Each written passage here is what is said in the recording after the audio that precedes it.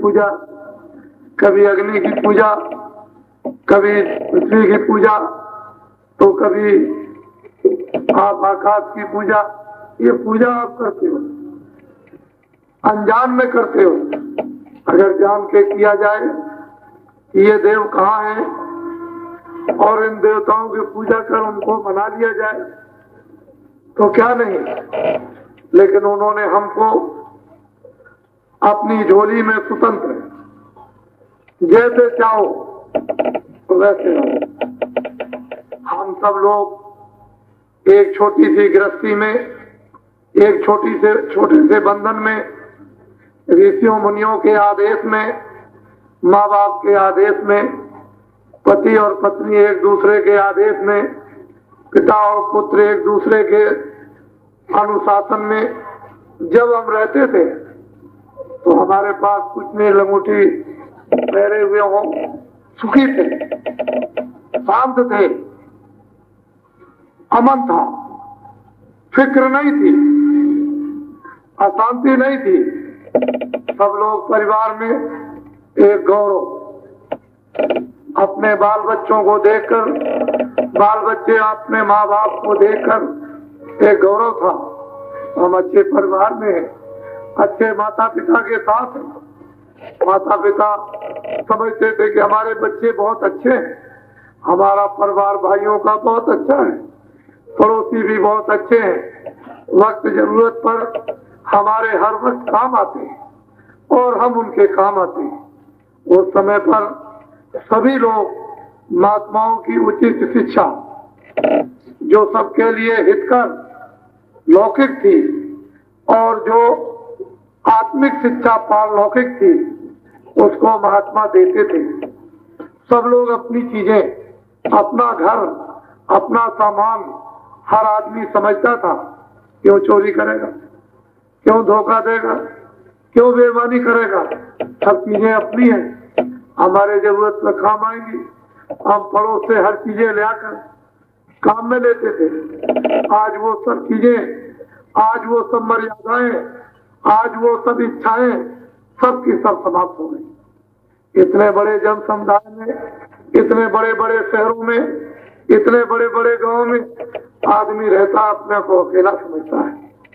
बम्बई, कलकत्ता, दिल्ली जाइए, ऊपर मंजिलों पर आदमी रहते हैं, नीचे पहुंचा जाए कोई आदमी है, कह लेगा हमको नहीं मालूम। नीचे वाले ऊपर को नहीं बताते, ऊपर वाले नीचे को नहीं बताते। इतना संबंध मानवता का निकटवर्ती समाप्त हो गया। तो आपको क्या मिला इतने दिन में? मैं तो समझता हूं कि वो अंग्रेजों का जमाना कितना निकटतम था हमारे धर्म में, हमारे कर्म में, हमारी पूजा में, हमारे देवस्थानों की आस्था में, गंगा और जमुना में, गीता और रामायण में जब कभी उत्सव होते थे तो बड़ा प्रबंध करते थे, उसमें सहयोग करते थे ताकि इनकी भावनाओं पर कोई ठेस न लगे। लेकिन वो जमाना भी था, कोई मारा पीटा जाए तुरंत शीघ्र उसका इंतजाम। उसी समय पर गांव के लोग एक न्याय, अपने बुजुर्गों की पंचायत थी। जरा सी कोई गलती हुई, शाम को खेतों से आकर लोगों ने गलती करने वालों को बुलाया और बैठ के निरपक्ष निराकरण हुआ। गलती अगर पाली उन बुजुर्गों ने, न्याय करने वालों ने, तो तुरंत उसको 2 रुपया 8 आना, 5 बच्चियों को भोजन देना, 10 बच्चियों को भोजन देना, इत्यादि इत्यादि तुरंत ये सब चीजों का निराकरण होता था। और कान पकड़ते थे लोग, पैर छूते थे, हम गलती नहीं करेंगे। अगर किसी ने बड़ी गलती की तो हुक्का बंद कर दिया, तंबाकू बंद कर दिया, घर पर उठना बैठना 10 दिन का बंद कर दिया। ये सब चीजें हमारी सामाजिक, हमारे सुख की, हमारी व्यवस्था की, हमको एकत्र रहने की, ये सब हमारे ऋषियों ने कितना परिश्रम किया था, कितनी मेहनत की थी। क्या आपने कभी इस बात को सोचा है कि उन्होंने मेरे लिए क्या नहीं किया? कितनी तपस्याएं की, कितनी मेहनत की है उन्होंने। आप अगर इन सब चीजों को हम मौजूदगी में देखें, मुझे सुबह से देखें शाम तक, मैं कितनी आपके लिए मेहनत कर रहा हूं, मुझे किस चीज की जरूरत, मैं क्या आपसे चाहता हूं, मुझे कुछ नहीं चाहिए, लेकिन आप बेचैन हैं। जो मालिक का हुक्म होता है उसे आपके लिए करना पड़ेगा, उसके लिए मेहनत उठानी पड़ेगी। ये मेहनत को आपको देखना चाहिए। तो जो प्राचीन गत जितने भी ऋषि मुनि महात्मा हमारे लिए कितनी मेहनत कर गए, हमको सुखी देखना चाहते थे, हमको निर्मल देखना चाहते थे, हमको आराम में देखना चाहते थे, हमको समृद्ध में देखना चाहते थे। जब तुम समृद्ध रहोगे, तुम आराम में रहोगे, तुमको शांति मिलेगी। तुम उनके कौन थे? बच्चे थे। वो क्यों प्रसन्न होते थे? अपने बच्चों को सुखी देखकर, अपने बच्चों को आनंद देकर। कौन माता पिता है? अपने बच्चों को खिला के। बहुत से संसार में ऐसे माँ बाप हैं जो अपने बच्चों को घर से बाहर कर देते हैं, फिर खाते हैं, रात को सुला देते हैं, फिर खाते हैं। वो माँ बाप उनके बच्चे नहीं, उनके हृदय में जगह नहीं है। असल चीज थी कि ऋषि मुनि महात्मा उनकी आप बच्चे थे, वो आपको अपना मानते थे, आप उनको मानते थे, ना आप उनसे दूर हो सकते थे, ना वो आपसे दूर हो सकते थे। लेकिन इन दिनों में आपको दूर कर दिया, हटा दिया, विमुख कर दिया, मोड़ दिया, अलग कर दिया। ये अच्छे नहीं है, ये बहुत खराब है, ये कुछ नहीं दे सकते हैं, ये समाज का कुछ नहीं कर सकते हैं। इस तरह की बातें जो आपके सामने आई, उससे हम मानवता का पतन हो गया। हमारी मानवता की सत्यता, सेवा, आदर और सत्कार और प्रेम समाप्त हो गया। अब मनुष्य ही में ये चीज समाप्त हो जाए। जो घड़ा हमारा खाली होता था, उसको इन चीजों से वो भरते रहते थे। जो भरी हुई चीजें हमको सुख देती थी, आनंद देती थी, चरित्र देती थी, सदाचार देती थी, और फिर सब एक दूसरे से प्रेम पैदा करती थी, उन चीजों को अगर निकाल के गंदी वस्तु भर ले तो क्रोध उत्पन्न होगा, काम उत्पन्न होगा, लोभ उत्पन्न होगा, मोह उत्पन्न हो जाएगा, अहंकार आ जाएगा, फिर विनाश होता है, फिर लड़ाई, फिर झगड़े तरह तरह के। तो असली चीज ये मानव जीवन क्या ये बार बार मिले? कितने दिन, कितने युग, कितने समय, कितने जन्मों में आपने कठोर से कठोर पुण्य किए होंगे, कष्ट उठाकर, शारीरिक कष्ट धन से किया होगा, आंखों से किया होगा, कान से किया होगा, हाथ पैर से किया होगा। जब ये कभी किसी काल में मनुष्य प्राप्ति का पुण्य जब इकट्ठा हो जाता है, तो आपको ये मनुष्य शरीर इस जीवात्मा भवसागर रूपी नदी से पार उतरने के लिए मानो अनमोल नौका दी जाती है, जिस पर यह जीवात्मा बैठी है। इसीलिए ये दिया जाता है, और इसके लिए सिद्धों को, ज्ञानियों को, अवतारी शक्तियों को, संतों को भेजा जाता है कि जुगों जुगों की मानो अनमोल महिमा को बता दो, जिससे ये चेत जाए, जाग जाए। इन्होंने जो कुछ भी कर्म किया उसका ये फल पाते चले आ रहे। आजादी का मतलब मृतलोक में यही था कि अच्छे बुरे कर्मों की उसने नियम विधान बनाकर आपको अधिकार दे दिया कि अच्छा करो, बुरा करो। उसकी तरफ से कुछ मना नहीं, आपने अच्छा भी किया, बुरा भी किया, फिर लूले बने, लगड़े बने, अंधे बने, फिर बहरे बन गए, बीमार बन गए, रोगी बन गए, फिर गरीब बन गए, कंगाल बन गए, नाना प्रकार के शारीरिक अथवा शरीर से संबंध मान रखने वाला मानसिक और आत्मिक कष्ट मिला। ये मनुष्य शरीर जिसके लिए कहा इसको स्वच्छ, निर्मल, पवित्र रखना चाहिए था, उसको आपने गंदा कर दिया। मन भी गंदा, बुद्धि भी गंदी, चित्त भी गंदा, अंतःकरण भी गंदा। तो जब बुद्धि गंदी हो जाएगी तो क्या उसमें विवेक और ज्ञान भौतिक रहेगा? आध्यात्मिक ज्ञान का तो इसे पता ही नहीं। जब भौतिकी ज्ञान इसको मालूम नहीं, भौतिकी व्यवस्था इसकी परिवार की खंड बंद हो गई, खलेर हो गई, तो ये अपने उस आत्मा और धर्म को क्या जाने। तो ये मानव जीवन कितना बड़ा अनमोल था, मिला था, पैसे से नहीं मिलता। कोई आदमी सोचे मैं सारे संसार के हीरे ला करके और फिर प्रार्थना करूंगा ये मानव शरीर को फिर दे दो, नहीं मिलेगा, ये नहीं मिलता। जो गया वक्त हाथ आता नहीं, ये मनुष्य शरीर थोड़े दिन के लिए मिला है, किराए पर उसने दिया। जिसने किराए पर दिया उसने महात्माओं से कहलाया, किताबों में लिखवाया कि मैंने जिस तरह का स्वच्छ और पवित्र ये पंच भौतिक मकान और इसमें जो औजार मन बुद्ध और चित्त ये सब दिए हैं, इनको शुद्ध और साफ दिए, मैंने गंदा नहीं दिया। लो अब मैं तुमको अधिकार देता हूँ, तुम जिस तरह का इंद्रियों का सुख और आराम जो क्षणिक चाहते हो अच्छे बुरे द्वारा, वो अच्छा और बुरा कर्म करके और अपनी इंद्रियों को सुख दो चाहे दुख दो। ये सब जिम्मेदारी उसको को दुख की आप पर है। जब इतना बड़ा अधिकार आपको दे दिया तो फिर आप जब वो आएगा इस किराए के मकान में आपको बंद किया, समय उसका पूरा होगा। एक निश्चित समय एक निर्धारित श्वासों की पूंजी आपको दे दी।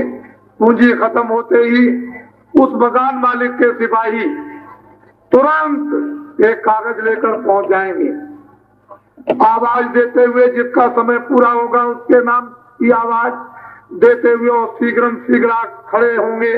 ऐसे चोर की भयंकर आवाज उनकी होती है कि उसकी आवाज को सुनते ही आदमी थर-थर कांपता है और शकल देखते ही आंखें अंधी, कान बहरे और बुद्धि पागल, न सुन सकता है न बोल सकता।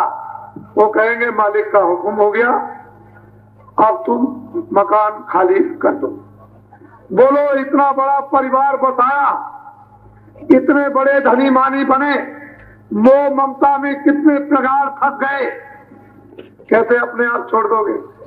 तो यहाँ पर वो पैर रखते हैं, यहाँ इतनी जोर से दबाते हैं कि तुम्हारी ये सब हड्डियां जितनी भी हैं चट चट करती हैं। इतनी असहनीय अर्वचनीय पीड़ा, जन्मत मरण दुख होई, ये मरने की इतनी पीड़ा और शीघ्र देर नहीं लगती। मन को, बुद्धि को, चित्त को, प्राणों को और जीवात्मा को इस मनुष्य रूपी अनमोल किराए के मकान से निकालना है एकदम बार। और ये जमीन धड़ से गिरता है, लेटा होगा तो ऐसे हो जाएगा, खड़ा होगा गिर जाएगा, बैठा होगा तो ऐसे हो जाएगा। बस घर वाले जो देखेंगे उसी वक्त गिरना, मुंह घुमा लेंगे, दौड़ के जाएंगे, कपड़ा आंख बंद करके उड़ाएंगे, देखा नहीं जाएगा। और बस तालाब के किनारे, जंगल में, नदी के किनारे मुसलमान गड्ढा खोद के गाड़ देंगे, हिंदू लकड़ियों पर रखेंगे। ये करके इन सब चीजों को, छाया को इकट्ठा करते हैं निर्जीव।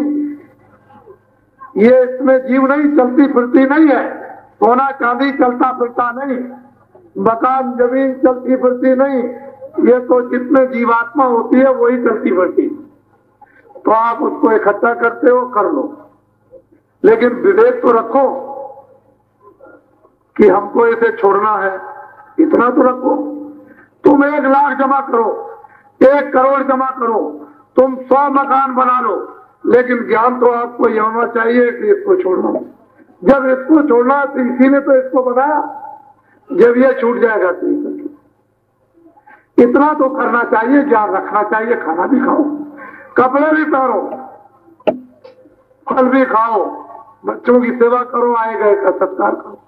लेकिन बच्चों को ऐसा समझो कि 20 बरस के ये मेहमान हैं, ये और ये आए हुए रिश्तेदार 2 घंटे और 2 दिन के, जैसे प्रेम के साथ में 2 घंटे और 2 दिन मेहमान की आप सेवा करते हो, उसी तरह से वही समझकर कि 2 दिन के बाद मेहमान चला जाएगा, आप 20 बरस बच्चों की सेवा करो।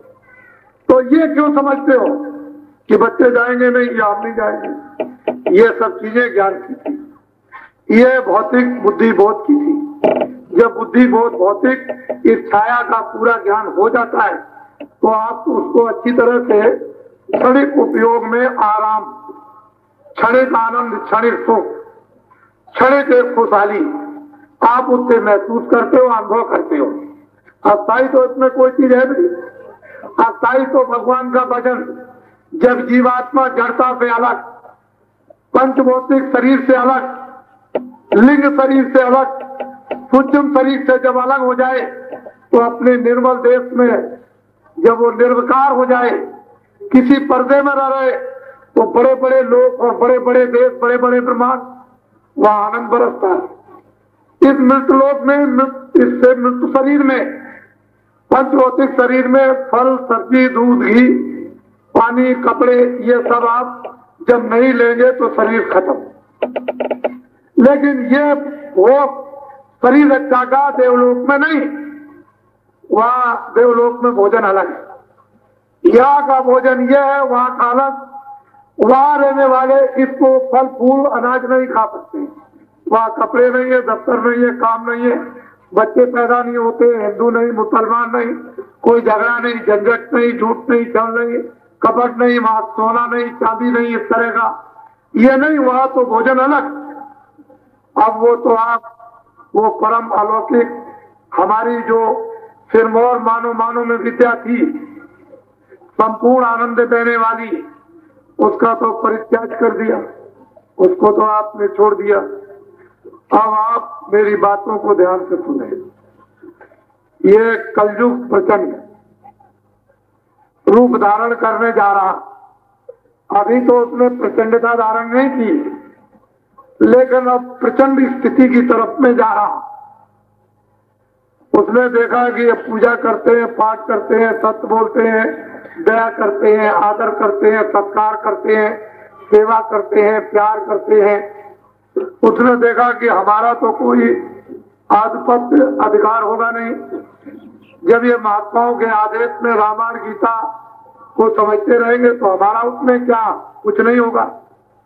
वो तो ये दांव देख ही रहा था कि रामायण छूट जाए, पूजा छूट जाए, सत्य छूट जाए, महात्मा छूट जाए, योगी छूट जाए, या आपसे चरित्र छूट जाए, सदाचार छूट जाए, शाकाहारी खान पान आपका छूट जाए। वो तो ये चाहता ही था कलयुग कि मेरा प्रभाव, मेरा आधिपत्य हो जाए। तो उसने तो अपना काम कर दिया।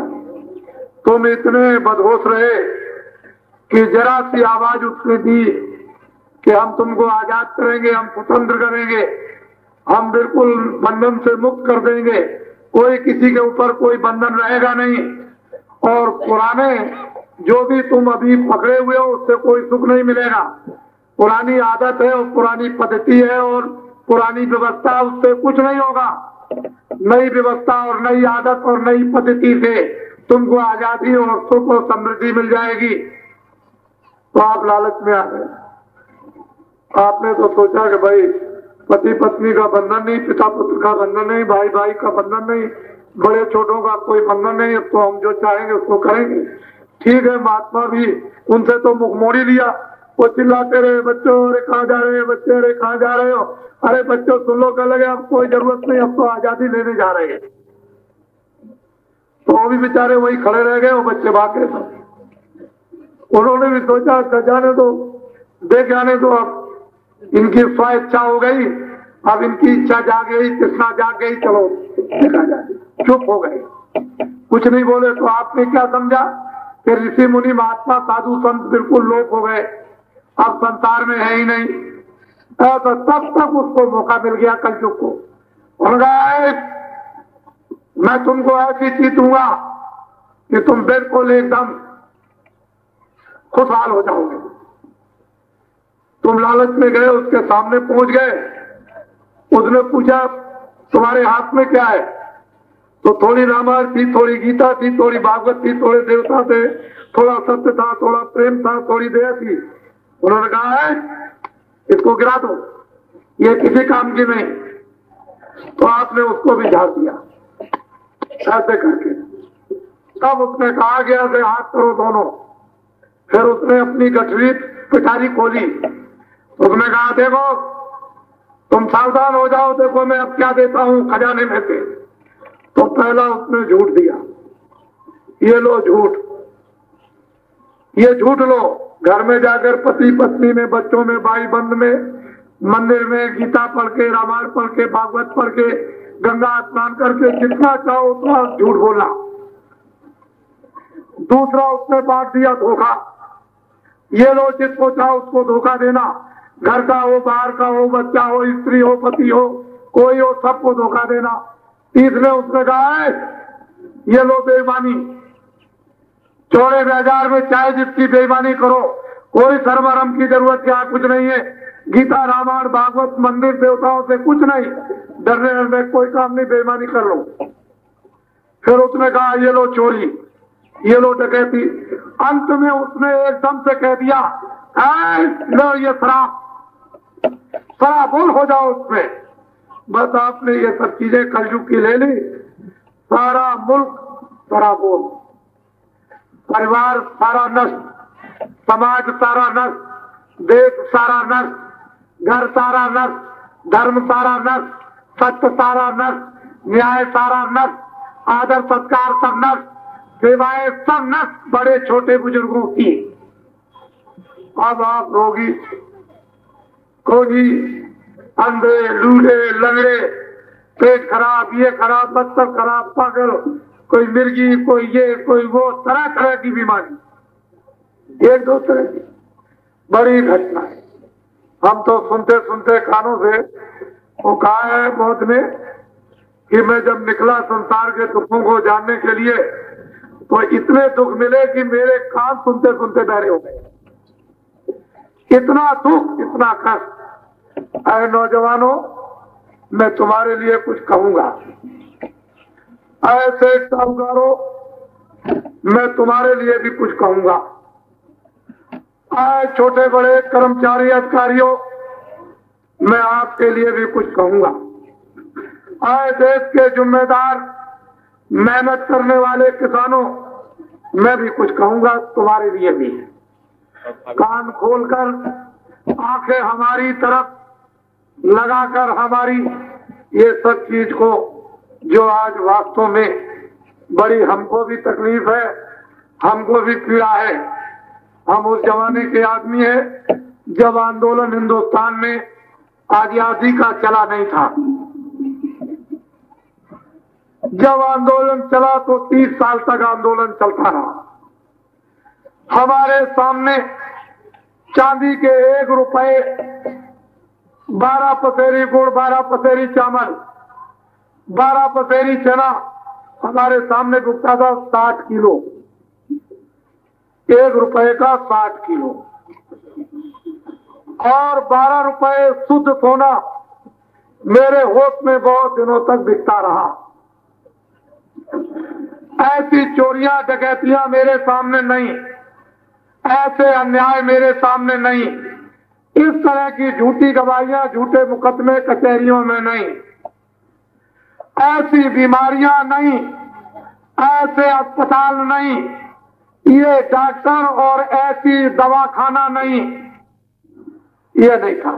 स्कूल थे जिले में, हाई स्कूल बड़े बड़े कस्बे में, जिसको आप प्राइमरी मिडिल स्कूल कहते हो, वो थे। लेकिन अध्यापकों की मिडिल स्कूल की पढ़ाई उस समय पर बीए के बराबर ये थी। मैंने ये सब कुछ देखा था। ठीक था, 30 साल देश को आजाद करना था, आंदोलन था, हड़ताल थी, दुकानें बंद थी, देशबंदी का नारा था। ठीक है, हमने अंग्रेजों को 30 साल सबने एक सूत्र में बंद करके मेहनत करके निकाल दिया। लेकिन अब तो काम खत्म हो गया। क्यों भाई, अब तो देश अपना था। आप तो कहते हो राष्ट्र मेरा है, आप कहते हो ये प्रजातंत्र मेरा है, ये मानवता मेरी है, आप कहते हो राष्ट्र की वस्तुएं मेरी है, ये आप वस्तुएं जनता की हैं। फिर आंदोलन क्यों, हड़ताल क्यों, तोड़फोड़ क्यों? क्यों आपने स्कूल जलाए? क्यों आपने बहुत बच्चों को मारा? क्यों आपने अधिकारी कर्मचारियों को मारा? क्यों आपने किसानों को मारा? क्यों आपने दुकानदारों की दुकानें जलाई? क्यों कारखानों को आपने जला दिया? ये नुकसान आपने किसका किया? अपना किया, अपने राष्ट्र का किया। ये जन समुदाय का आपने नुकसान किया और आपको अभी तक ये विचार नहीं आया कि मेरा राष्ट्र है, यह जन समुदाय मेरा है, नुकसान किसका होगा। ये इतने बड़े बड़े नुकसान जो आपने कर डाले, और इतने दिनों से जहां 1 रुपए का 12 पसेरी 60 किलो जहां चावल मिलता था, इतनी महंगाई आपने कर दी, यानी इतने टैक्स लगा दिए। ये सारे के सारे टैक्स और आंदोलन तोड़फोड़ का नुकसान ये देश के ये 80% जो मेहनत का काम किसान करते हैं, इनको देना पड़ा, इनको सारा का सारा देना पड़ा। यही रोते चिल्लाते हैं।